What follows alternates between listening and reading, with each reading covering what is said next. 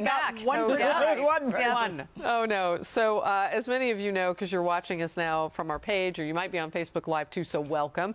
But on our foxnews.com/outnumbered, click on the overtime page, you'll see that there's something called Outdressed, and you can dress us like paper dolls. Oh, Just boy. so you Wait, know. really? Just make it I would never fib boy. about a color wheel thing. Anyway, It's that I know. popular. It's that popular. You know what? We had some deep discussions on this couch today. I hope they're having these kinds of discussions in Washington, D.C., and not just hiding behind their political boxers and briefs. 1992, Tabitha Soren. Okay, Wow, there's go a to the name I chat. haven't thought about in a long time. I don't know that they are. How about the because Soren? Nice. You don't have faith that they are? Something that could get passed in the Senate's never going to get out of the House. Anything that gets out of both houses is never going to get signed by the president. So anything of real substance other than sort of continuing what's going on. He's not going to be president for much longer, though. And this is what I hope and pray. I feel like the other night when we were covering the final Super Tuesday on Fox Business, Mark Sherman, who is a representative from California, he's a Democrat, and all he did the entire time was rail against President George W. Bush. And it's like, dude, it's 8 years later. Is that still how you're campaigning? And I just hope that the next president doesn't continue to blame this president. We really have to move on. We got to move forward. Yes. Well, the next president's going to be somebody who's part of this president's administration, I think. So I don't know. Do you have a crystal ball?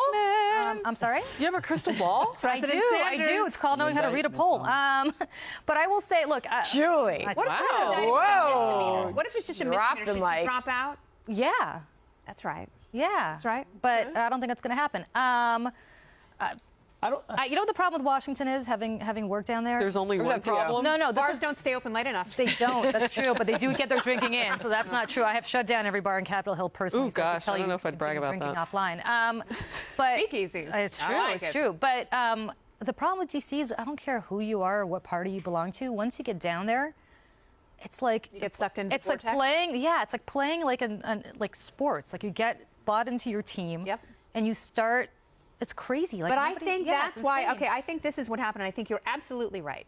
As a UCLA fan, I despise USC. Whenever I see someone who's got like a UCLA or USC backpack in an airport, I go up and I haze them and I make fun of them for not getting into that's so UCLA. sad. Is it? I think it's so fun. I like that pride. But however, I don't want to see that in my politics, and I think that's why you've seen the rise of Bernie Sanders and Donald Trump. Not only are they a reaction to a horrible presidency, they're also a reaction to a two-party system, which doesn't work for most people because frustrated voters elected a new wave of, philosophical, whether it's Tea Partiers or progressives or whatever. They do nothing. They have incredibly low ratings, and people are sick of it, and that's why they want to break that cycle. But they keep winning. That's the problem. The problem is that Yeah, no if matter Hillary what, Clinton wins, you're absolutely right. The establishment thing. wins again, and that is an abomination. All right, so we have in the live chat a follow-up to a moment that Kennedy and I had in the TV version of us about Iran and President Jimmy Carter.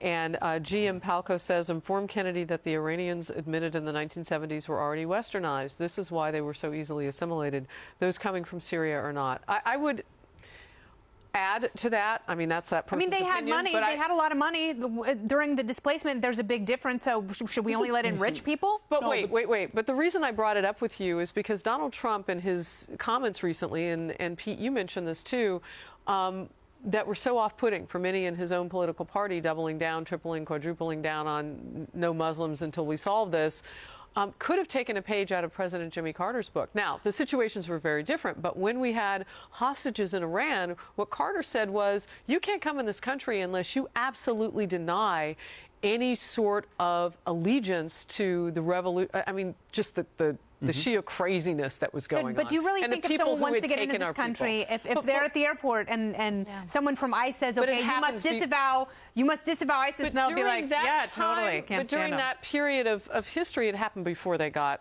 to that point. I mean, so I don't know how we would do it today because we have so many more people, but the idea of looking at people in almost like a quarantine fashion is not unprecedented in this country. Well, I don't think the federal government has been upfront with us about what the vetting process is. We don't know. Yeah. So you raise a good point. How the heck do you go from 24 to 18 months down to just a few weeks if you're going to increase Syrian refugees but coming you don't lower any standards. No, because they've already vetted them. That's Where? the thing. Where did they vet They've them? been sitting in these refugee camps in No, Jordan talk and to other me. How does places. it work? Because I really don't know. So there's two things here. One is they're not going to tell you what the metrics they use. So you don't know either. But why would they tell me? So Do you they're the trust ISIS it? people that 'Cause can it get didn't around work in it. San Bernardino. Listen, I have to say this, and I keep saying this. Nobody wished this country more destruction over the last 50 years than the Soviets. The biggest threat to this country, nukes pointed at us. Nikita Khrushchev banging his shoe on the podium at the UN saying, we're going to bury you, consistently wishing us ill.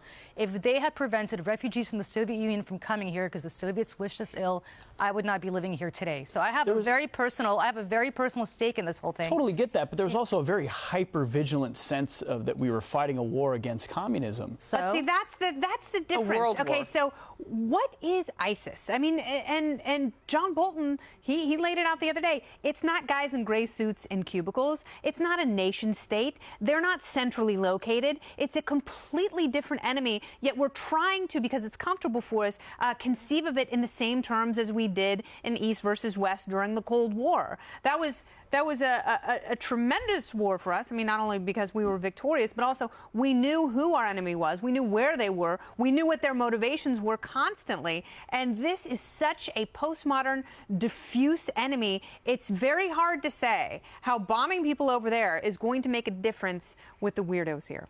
It can be, but it's an even more dangerous and more coherent ideology because you have. Does that mean you over have to a kill billion- more people? And if you have to kill more people and they are diffuse, don't you kill more Which civilians? is why you have to be all the more precise about how you articulate it, which is why the president saying it doesn't matter what you call it truly is absurd, because I'm not arguing for fighting a billion Muslims, but you also must be clear that there is a strand, whether you call it Islamism or jihadism or desire for Sharia law. It is an ideology, a fascist ideology, frankly, that seeks, which is rooted in progressivism. That couples nicely with progressivism to make its inroads into certain countries. Okay. I mean, now you want to go there. But look, here's the thing about Muslims. You don't want to go there because it's really, really frustrating to think about, because it's a really large, dynamic enemy that's difficult to define and defeat. No. And so we put our heads in the sand. No, listen. It's not a matter of progressivism. If you look at Muslims if you look at Muslims in America, it's all rooted back. If you look at Muslims in America, compared to everybody else, are more highly educated, more affluent, right? They have probably integrated, if you're looking at college education, if you're looking at making money as the American dream. You're looking at immigrants versus refugees, which is different, by the way. If you're seeking to come to the United States, a lot of these refugees don't even get a choice where they're going. In fact, when you go to the region and you ask them where they want to go, they say, I'd prefer to stay here. Absolutely. So why don't we create a demilitarized zone? We're going to send you Turkey, here. Jordan. It's a very different calculation. UAE, Oman, they have so much Saudi money. Arabia. Why can't we create, and try to get Saudi Arabia to pay for this? Why aren't they don't we taking them? create I agree with you. They're the worst. But forget about that. They have a whole tent city for Hajj. They could house 1 million people if they wanted to. They don't want to. Just write a check and create a demilitarized zone. Get them to pay for it. No question. Listen, you could. I mean, seriously. No, but you're absolutely right. I don't have a problem with that at all. I really don't. I mean, I think that it would be nice if, as human beings, we talked a little bit about people being bombed out of their unholy hellholes. I mean, and these are places where their countries, their lives, their families, their communities, everything they know has been gutted. And not every person who comes from there is a terrorist. But they happen to be from a place where, for one reason or another, they've got no mobility, they've got no choices. And as Americans, we should be the ones who are more sensitive to Okay, so let me just get this in here. We're going to say hi to our viewers because we're hitting record numbers here, and everybody's very passionate about the discussion going on the couch right now. But I would ask our viewers to ask a question rather than make all these statements. I'd love to ask them a question. So please write in your questions, and thank you for all the fan notes as well. But continue. I don't want to get too much in the way here of this discussion. Everybody is weighing, and everybody sees both sides of the difficult piece is you want to articulate it clearly and honestly without looking conspiratorial. No one's trying to find a Muslim terrorist around every bush. But you have to realize that the radicals use the masses from which to infiltrate and radicalize as well. So maybe Saudi Arabia doesn't want people in their country, because it's an they've already had problems they've got issues with terrorism as well. But there's also a strand of Islamism that says the more you can go forth into the rest of the Ummah, the rest of the world, and establish mosques and communities there, the more effectual that is. We saw it in Belgium. We see it in France. There's insulary communities there that are effectively. We have to wrap it up. They're wrapping us. We could go on forever. We should do. And Liam says, "Why is everybody picking on Julie? Can we disagree with a little more graciousness?" Thank you, Liam. I think everybody was gracious. Thank you. Yeah. I love you, All right. I love you too, He Kennedy. didn't wear pink to match with Julie's dress. I know. This is like bipartisan love. See, there you go. You are so good at articulating your point, and you are thank so you. unflappable. How's that for And I don't think people realize how And truly Sandra- strong and gracious you are. And Sandra, usually- you look really thank pretty. you. You're Oh my gorgeous. God, such a slam. See you